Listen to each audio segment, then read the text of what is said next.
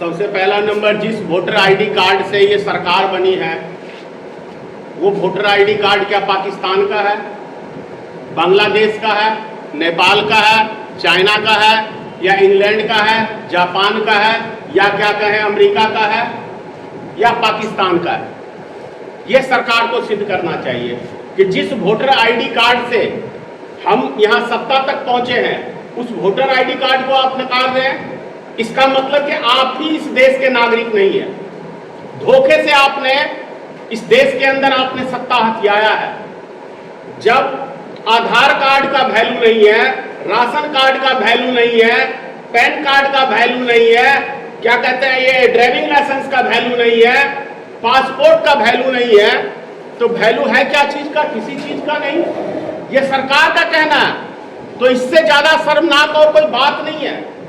जब से मोदी सरकार बनी है, एक चीज आप लोग ध्यान से समझिए और देश की जनता को भी समझना चाहिए और इस सरकार को भी कह रहा हूं मैं, पूरी जिम्मेदारी के साथ भारतीय मित्र पार्टी ये बयान दे रही है आज कि जब आधार कार्ड किसने बनाया?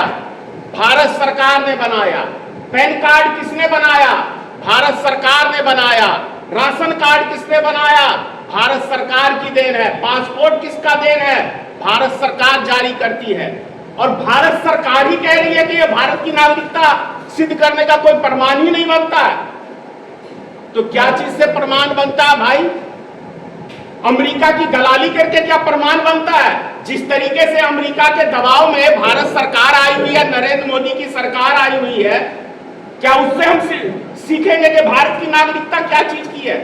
यदि जिस वोटर आईडी कार्ड से आपकी सत्ता बनी है और उस वोटर आईडी कार्ड को ही आप नकार रहे हो कि इस देश की नागरिकता सिद्ध करने के लिए है ही नहीं, तो सबसे पहले आप गद्दी मोदी जी छोड़िए, पूरे मंत्रिमंडल उसका गद्दी छोड़े।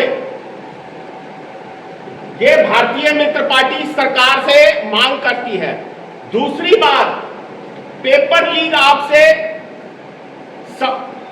संभल नहीं रहा, लेकिन आप विपक्ष को देशद्रोही की सर्टिफिकेट देने का ये किसने अधिकार दे दिया भाई आपको? और यदि देशद्रोही है तो वो जेल में क्यों नहीं है, बाहर क्यों है? तो देश के सारे नेताओं को उठाओ मोदी जी और जेल में बंद करो, क्योंकि हम सब तो भाई आतंकवादी हैं। क्योंकि अभी